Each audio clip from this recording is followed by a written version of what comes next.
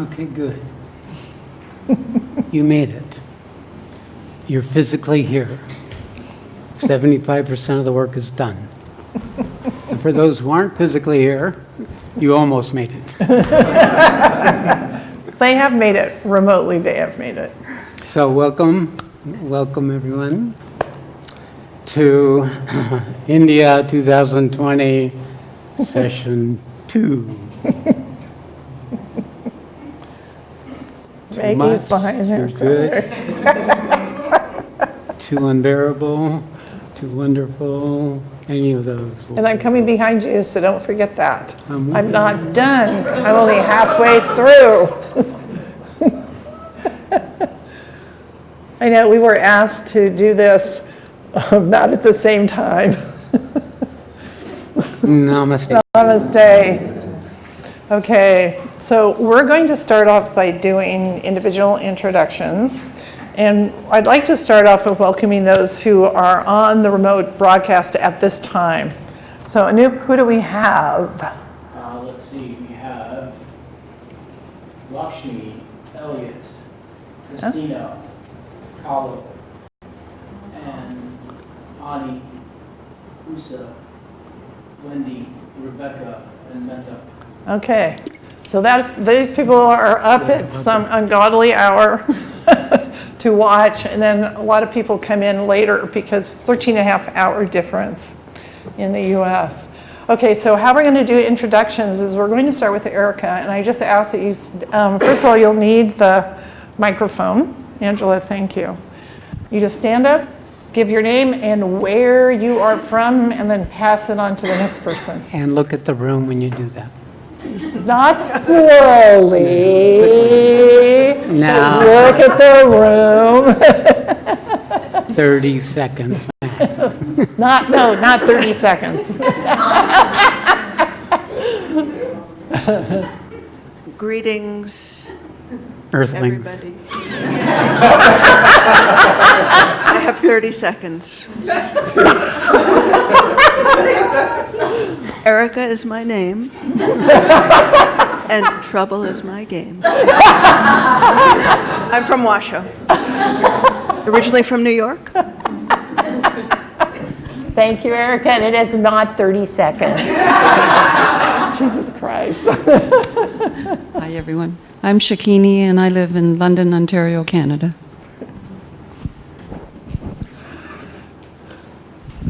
I'm Anita, and I live in Connecticut, USA.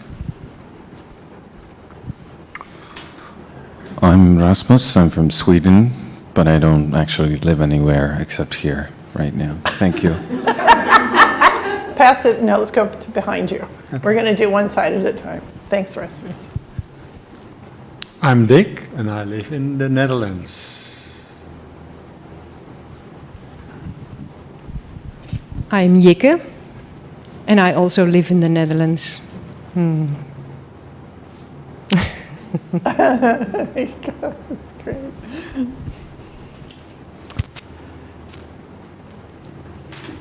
I'm Julia. I live in Sonoma County, California, the little town of Freestone.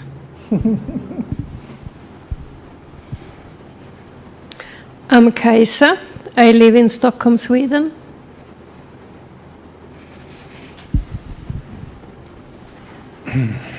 I'm Janneka, and I live in Stockholm, in Sweden.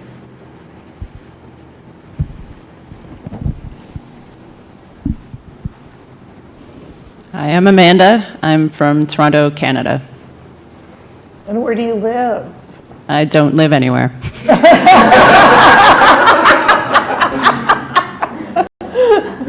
I'm Ramana. I live in Bay Area, California. Hey, my name is Anke, and I'm from the Netherlands, but also homeless, kind of. So, yeah.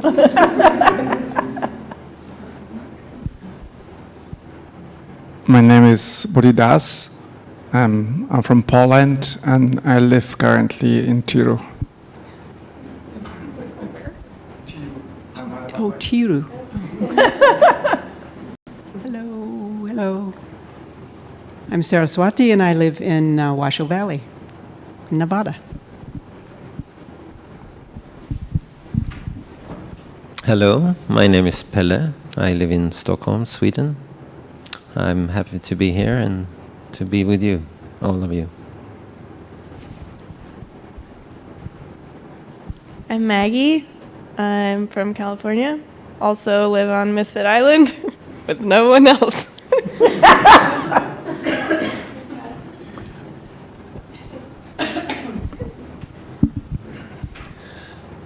I am Marijke and I'm from Amsterdam, the Netherlands. But up until the end of June, I'll be with Satri. Hello. I'm Elizabeth and I live in Washoe and I was originally from the DC area. Hi, my name is Eric, and I'm from Sweden. Hello, I'm Arjuna from Washoe Valley.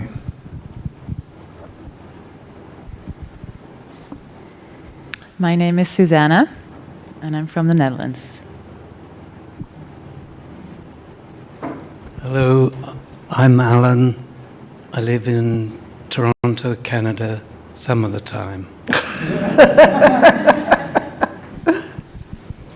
Hello, my name is Tim, and I'm also from Amsterdam, and glad to be here.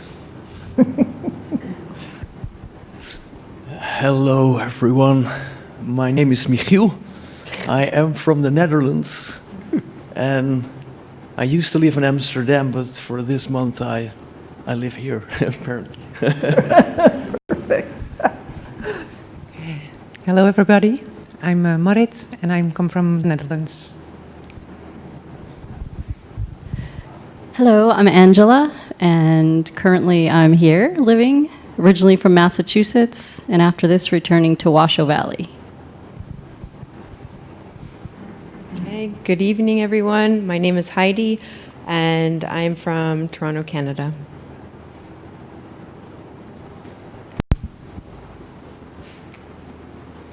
I'm Yasmin. I'm from Tucson, Arizona, USA. I'm Tanya. I'm from Ireland, and I live in Barcelona. Antti, Helsinki, Finland. Hi everyone, I'm Andrew and I live in England.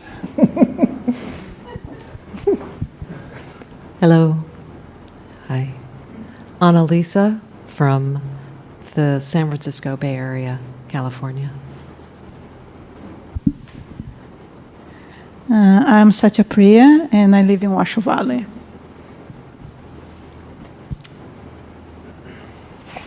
Hello everybody, I am Rory and I'm from Ireland.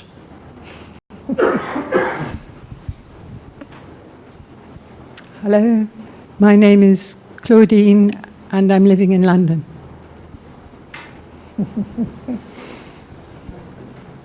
Hello, I'm Jeffrey from Massachusetts and in transition to Washoe Valley.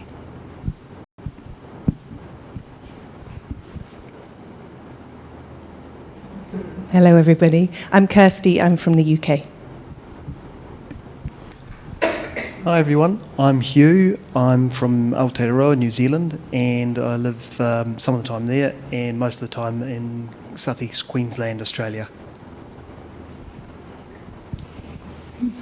Hi, I'm Kathy, and I live, well, not very often, but I have a home in Boston, Massachusetts. Hello, I'm Ashish from London, England.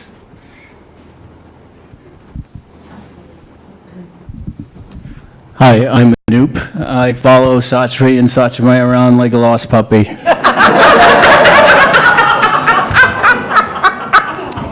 He's a found puppy. He may be lost and found same time. Tough act to follow.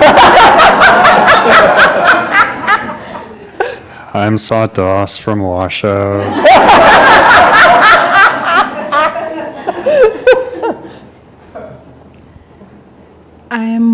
My name is Monisha and I live in California.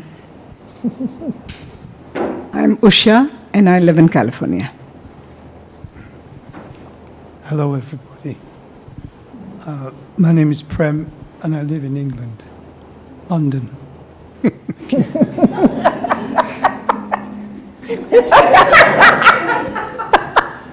Hello, everyone.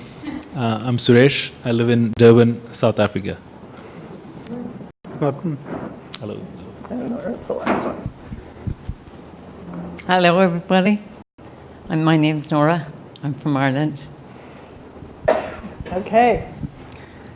Welcome, everyone. This is From very all cool. over the world. We're getting there. South Really? Africa is a whole new continent. Okay, so we received a special invitation from Sri Atmananda, who is Satri and my teacher, down the road at Satya Chaitanya International. Tomorrow is their Founders Day. I don't know, how many years has it been? Because It was there before I arrived. So yeah, but not by much. I think like 1995, I 1996 or think, yeah. 97. So anyway, they're going to have a program that begins at 7:30 in the morning and runs through the afternoon. They're going to be providing lunch at 12:30. Everyone here is invited to attend. So once you're out of meditation, if you so choose, it is not mandatory, only if you feel to do so. You can go ahead and join into the ashram. And I don't know, we'll have to have people who know how to get there, because I know some of you don't know how to do that, so we can identify when we're done here. Those of you who are in GTP will have to be back here before 11. But everyone else is welcome to stay for lunch there, which will be around 12:30, probably more like 1. Okay, so those of you who know where the ashram is, raise your hands. Okay. And if you're interested in going and you don't know where it is, pick one of these people. Okay. Also, Satri would like Arjuna and anyone else who would like to work with him to create a basket of something to A take gift over there. basket of fruit and flowers. Fruit and flowers. So if anybody would like to join in with Arjuna, raise your hand. Who else would like to help? Ramana? Okay, Arjuna, you and Ramana, perfect. You guys got it. Okay. Good. And Anka also. Okay, you need a girl in there. That feminine energy, right, Anka? Thank you. Okay, is that it? Yeah, so a little bit about Sri Ramananda, right? Yes, that's you. I lived in the ashram. You would be visiting for 6 years, most of the time in the ashram. Our relationship, my relationship with my teacher is benign, recognizing our uniqueness and our differences. But to him, you're all his grandchildren. So he will be delighted in seeing you. He is a realized being. We have this huge family. Yes. He has its own exuberant quality that he brings to his manifestation, which is delightful. They will be chanting the Gita aloud from 7:30 to 11:45. So it's not necessary to be there for the whole thing. If you can be there for part of it and just join in with the crowd. It's not particularly formal, but those like Arjuna going, you should present the basket. Arjuna and Ramana and Anka. And present the basket to Bhagavan or to his wife or one of the Tulsi. Vishnu Das. Yeah, or Vishnu Das, if he is there. And that just let them know that we're not going to probably be able to attend, but that people will be coming from the group. And the ashram is right next door to Panchu and Kasi's. For those of you staying at Panchu and Kasi's, it's literally right next door. And it's Satya Chaitanya International. And you'll just walk in and leave in your own. You leave your bicycles or... No, you park them inside. Oh, you do? You park them inside? Yeah, we've always parked inside. Okay. This is your one visit, by the way, for the week. So Satri sanctions one visit to the ashram a week, and this would be that one visit. Part of it has to do with my teacher evokes the subtle plane forces, and we're trying to minimize those influences unnecessarily. So some exposure can be helpful, but in our purpose together, it can create wobbles in your own progress. So enjoy, relax, appreciate the sacredness. Going there is an act of sacrifice, which is making sacred. All the rituals and ceremonies in the Indian tradition are called yajnas, or sacrifices, which are offerings to that which is greater, making it sacred. Those actions make sacred. So this is the ritual. This is the lineage. He is a living channel for these forces that come from this culture. So it will be an enriching experience for you to experience So, that. yeah, Arjun. Just to make sure, what about appropriate attire? Yes, women need to wear Long sleeves. long pants or Shawl. Dresses, and men long pants as well, and a light color is preferred over dark color. But otherwise, there's no other requirements. And Arjuna, okay, and Ramana, I'll go with you. Okay. Yeah.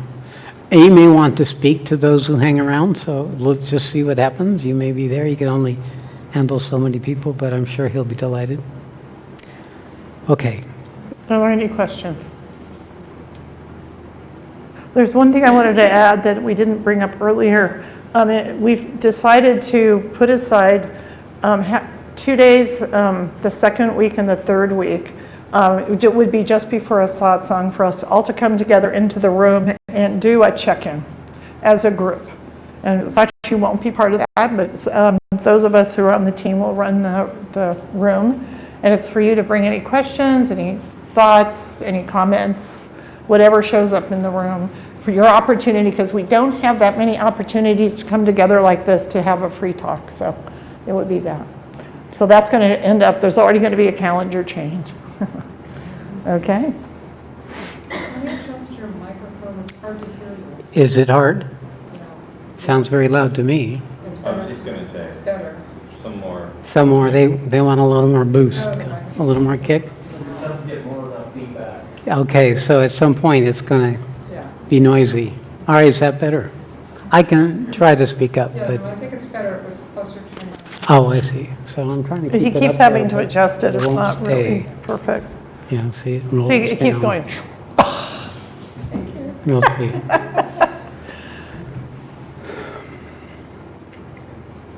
So I want to talk about the India program because we have a number of currents converging in this program. We have your aspiration and the momentum of that aspiration that has brought you here. The call to the divine, to the supreme, that's awakened in you and brought you here. And it's the opportunity to move into relationship with that part of yourself, a more deep and profound relationship with that divine reality that lives you. So in the priorities of what we're doing, perhaps this is the greatest. But these other two streams can assist us greatly in aligning ourselves with that purpose, with that intent, with this opportunity. And the second one are the GTP program, the Global Training Program, which is basically a lot of small group meetings. And I've discovered that participating in a group of people aligned with a common purpose creates a certain synergy, a certain capacity for each one of you to get in touch with those structures in yourself that are still opposing or resisting, that are unmet or unexperienced, that need to be seen so that they no longer prevent us from moving into alignment with that divine reality within us. And the third stream is India and Mount Arunachala. And the sacredness this land holds from thousands of people coming here every full moon. They're all coming to make sacred, and they walk the mountain in the process. And we're in the field, the aura of that commitment, of that alignment. And when a place carries that kind of alignment, it has a spiritual capacity, which I use the language opportunity, for us to be able to move more directly into relationship to that principle within us, and also the forces and beings and qualities of consciousness that supports us in coming out of our habitual patterns of thinking, feeling, acting, doing. So we discover a quality of being that's very different than the West. Some of it may be repulsive, some of it may be very attractive. That's secondary, because the vibrational field works on your bodies. It starts training your body how to relax into the field of this energy and to receive what you're here to receive. So I say it's the thing you're looking to bring forward, the quality of yourself you want to attend to is an empty mind, an open heart, and a relaxed body. The more the mind is empty, the more the heart is open, the more the body is relaxed, then we become a tuning fork, a receiving instrument for the song of the Supreme that's endlessly singing. In the West, the song is very far and faint, but here it's more tangibly available.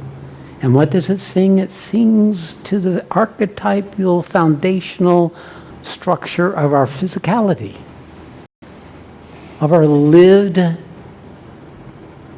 and learned wisdoms. It strengthens and nurtures the human in us to align with the eternal reality of us. So it's my foundational teaching. It's also my foundational experience that each of you are already the Supreme Being. But the habit of you, the habit of your ego, the habit of your conditioning, the habit of your beliefs and your ideas are conditioned you such that you don't have access to that self-existent reality that you are.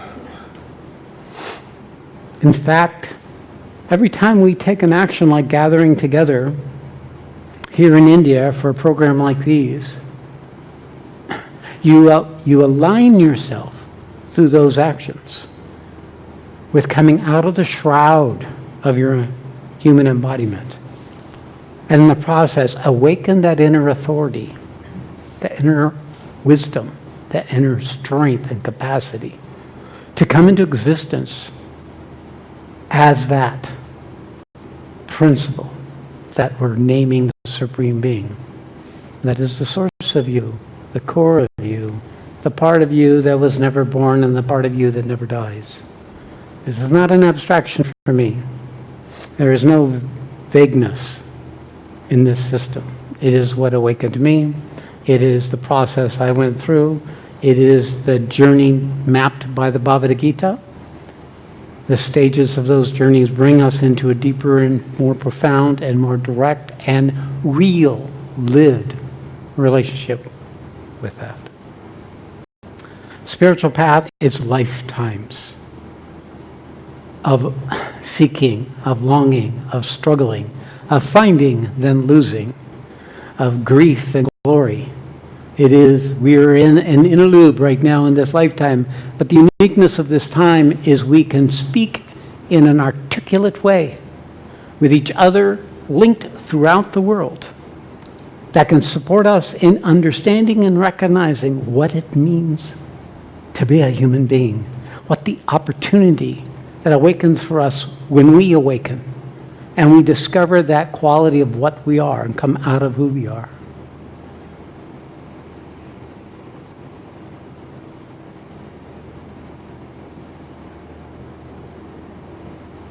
But as the Bhagavad Gita says, in the 7th chapter, among thousands of men or women, one or two strive for the spiritual path. And of those who strive to attain perfection, one or two know me and the secrets of my true existence. Why is it so few? Why, if this is the reality that lives us, we have not all come to it automatically? It's because of the eons and the thousands of years of collective human error, of our embodiment, of the primal conditions that had to come into play for a physical body to come into existence and live long enough so that it could evolve, so they could grow and learn enough to become capable of developing in ways that it couldn't otherwise. So what does it take?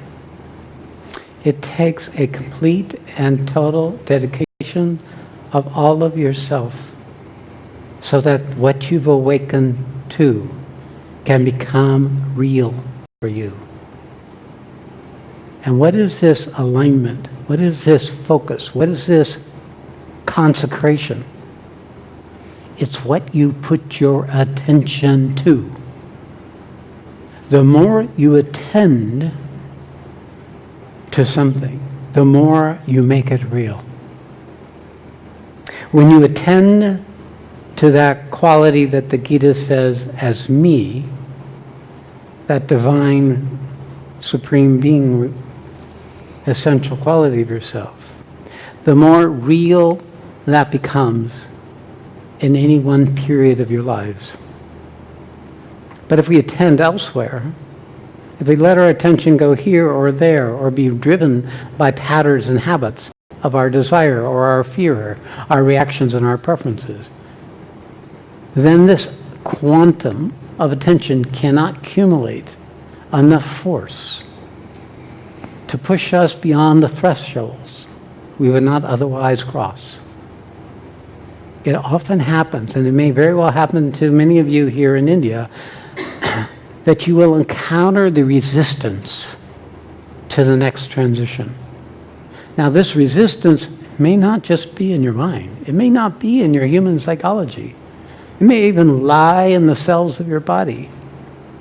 Going through this transition requires a leap of faith that draws his strength from that nurturing, that purpose that arises from that essential reality of what you are.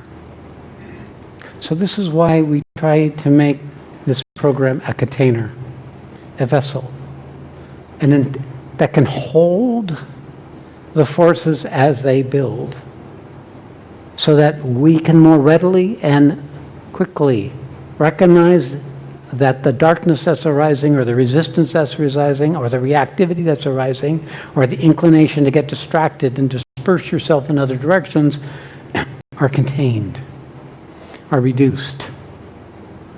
So in many ways, this is like a funnel. It's an ordeal. It's a wide open opportunity when you start. You giggle and you have fun and you're excited because opportunity create that quality.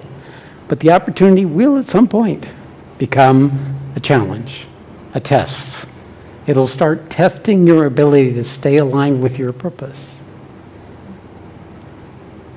If you are able to tap into that true authority that you are, you can endure the process and recognize that when the resistance or the darkness or the obscurity or the activity is rising, that something is ready to show itself.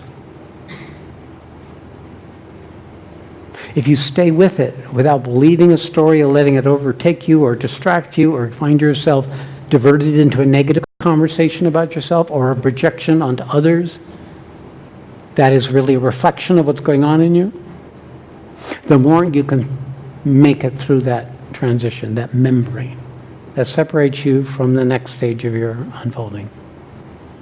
So this is what this opportunity is. This is not just another retreat.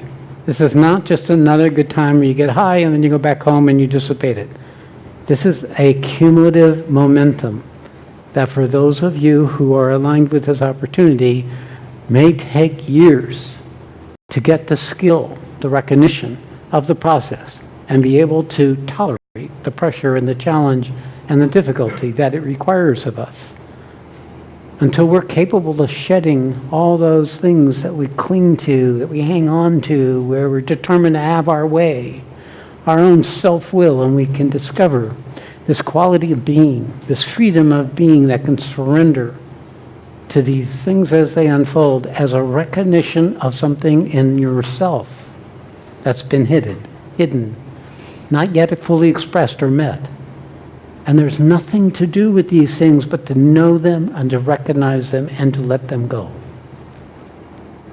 So these small groups will become the means by which each of you will have opportunities to find and recognize, both in yourself and other people in the group, what I'm speaking of right here.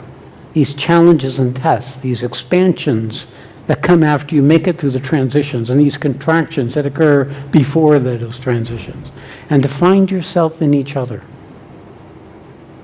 From all over the world, we share one common soul, one fundamental quality of being that is the truth for every one of us, no matter how different, diverse, how irritating, how attractive or seductive. It is there and within each of us. And so when you can participate that with each other, and some of these groups will be 2 or 3 people, you'll discover an ability to come into relationship with each other in a quality of intimacy that is rare even in the most long-term relationship. There's nothing that brings people together more than a shared purpose. Nothing more powerful than alignment of all of us for this purpose to manifest in each of you. And in this way, each of you contribute to each other. Each time you get off your content, each time you're willing to let go, each time you're willing to question your beliefs and your ideas and your trust, your capacity to meet challenges in your life, the more you can choose to align, the more you empower others in the group to choose to align. The more you reach for your higher self, the more you lift others to reach their higher self. So this is the characteristic of integrity. It's a weave we co-create in each of the little moments of the day over these next 4 weeks, in each little opportunity to keep choosing the highest good, to keep alert to the opportunities to get off your stuff, to get out of your issue, and to open up to what is not yet known, to stay in vulnerability, to be willing to not know, to let whatever arises be okay. We then mutually feed into what we're looking to create in this shared ordeal. 4 weeks. This is not a 6-day or a 9-day. This is 4 weeks. This is as intense a program that I can provide for you. It's not going to be a guarantee complete job, but it's going to, no doubt about it, kick you into relationship with yourself, the truth of you, and also the untruth of you in ways that you've not had available before. It doesn't mean that this isn't new. This alignment, this committed process is really the structure behind all ashrams, behind all spiritual structures. Is this consolidated of intent and alignment of a structure to support that intent manifesting. The difference is you have me. And that perhaps is the 4th factor, because through this form comes a force that has 2 aspects: a quality of presence of the Supreme Being, which is absolute silence and stillness, and a quality of dynamic manifestation, which is a force of truth, consciousness, and Ananda, love. This force, this presence, allows for an acceleration in your own evolutionary journey, a reducing, a time warp that takes you through stages in short periods of time that would otherwise take you perhaps lifetimes. This is the transformative force. I call it the Satri force, but it could be called the cosmic force. Sri Aurobindo called it the supramental force. It's an injection of something that's beyond creation, empowering the creation to vibrate at a higher frequency than it could by itself. It's an intervention force. And that's what Krishna represents in the Bhagavad Gita, an intervention force. This force comes for you individually, but it also comes for the world. And through you, it comes into the world. Through each of us, it comes into the world, proportional to our own ability to align with our own direct experience of that presence and that force. So this is grown-up spirituality. This is adult school. This is the advanced course. I will speak of this the whole time we are working together when we meet, but you will speak with each other and with the trainers and the facilitators to be able to cut into a understanding of what it is I'm speaking about. It may take years for those of you who are new to really discover how very focused and precise my languaging is. That the ideas that you've picked up in the course of your own journey about what is the spiritual path may not be adequate for what it is we're pointing to, although they will be preparatory. The idea of being able to go beyond what you know may take a long time because you have to find the match in your own experience with the words that I'm using. So the more you're being able to be exposed to my teachings, to the Bhagavad Gita, to the Mother Book, to my talks, the more you're teaching yourself this new language, and gives your ability for your intelligence to be a collaborator with the process, to empower you to be able to stand on your own 2 feet with the challenges that come up rather than retreat or become dependent on each other. No one else will be traveling this journey but each of you. The fact that you're doing it together brings some comfort, but you're still the one that walks the path alone. Do not be seduced by the wonderful comradeship. Don't get lost in the spiritual field that occurs with the fellowship. Draw on its strength and its healing properties and its supportive properties, but come back to your own path, your own walking, which will be what's rising up in any one moment. Learning to discover what's in the way or what is aligned is always going to occur in the immediacy of each moment. Coming into that state of consciousness where you're in enough immediacy to recognize what's coming up is part of the process or the training of this program, so that the light of you, the wisdom of you, the truth of you, the strength of your heart, the groundedness of your being can come more fully into existence, the veils thinning into the immediacy of the truth and untruth as it arises.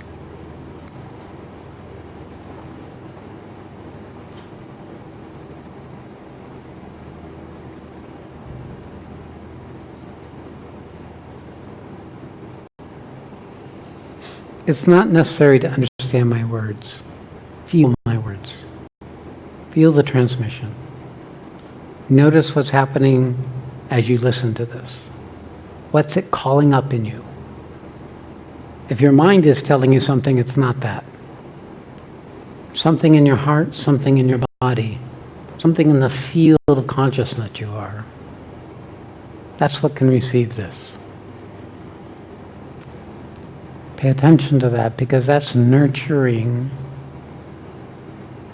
that quality of you that's coming into existence in this moment. The birthing of yourself as a supreme being in this moment, right here, right now.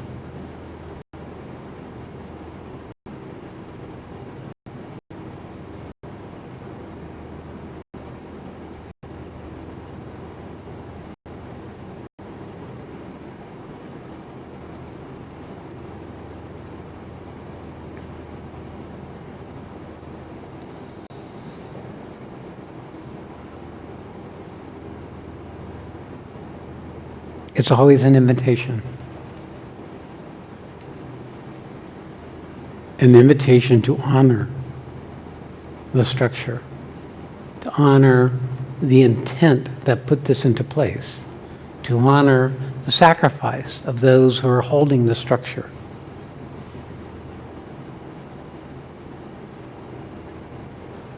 And who benefits from that honoring? You benefit. But not just that. When you benefit in that honoring, you honor each other.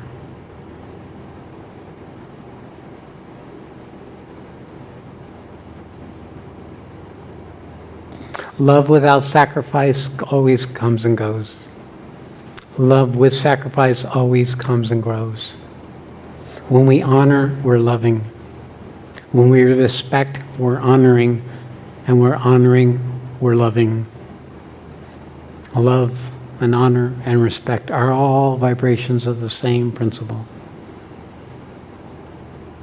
Live aligned with that, not just our own issue, not our own family, our own investments. Honor the central truth of yourself and each other. This is part of the training. This is part of the realignment of your consciousness with the true purpose of your embodiment.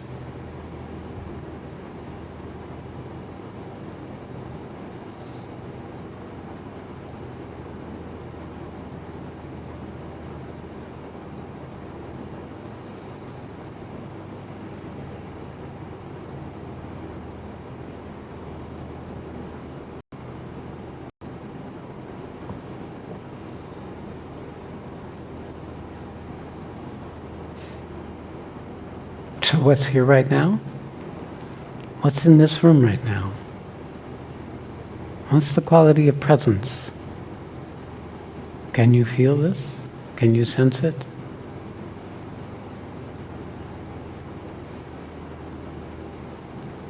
It's a force, it's an energy, it's a quality of love, it's a quality of truth. Truth manifest is always love. This is the truth of you. It's come for you, for us, for each of us, to show itself. It keeps showing itself. Pay attention. The song is singing. Learn to hear it. Let it fill you. Let it lift you up to itself. Till you're singing the song yourself.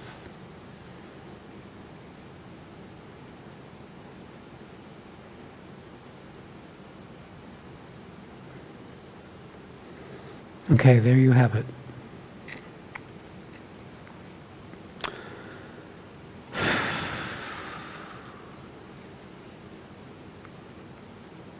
All glory to the Supreme.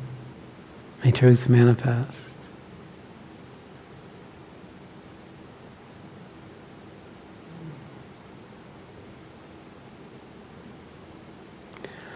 So let's spend some time sitting silent.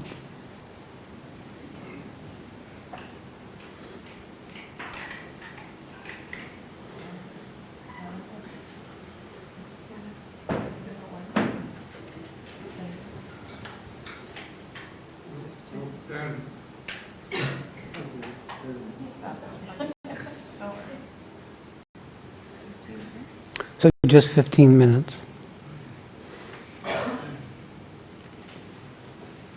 And do leave in silence afterwards, except for if there's some practical things to handle. And we'll see you tomorrow morning, 6 o'clock.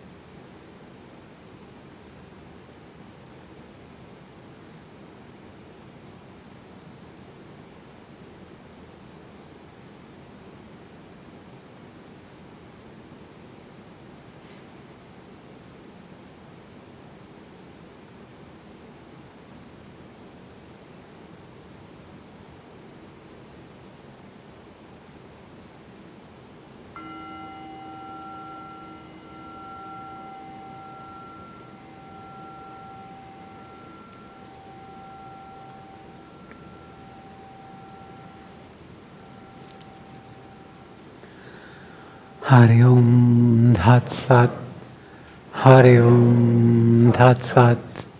Hari Om Tat Sat Shri. All glory to Supreme. May truth manifest. Namaste.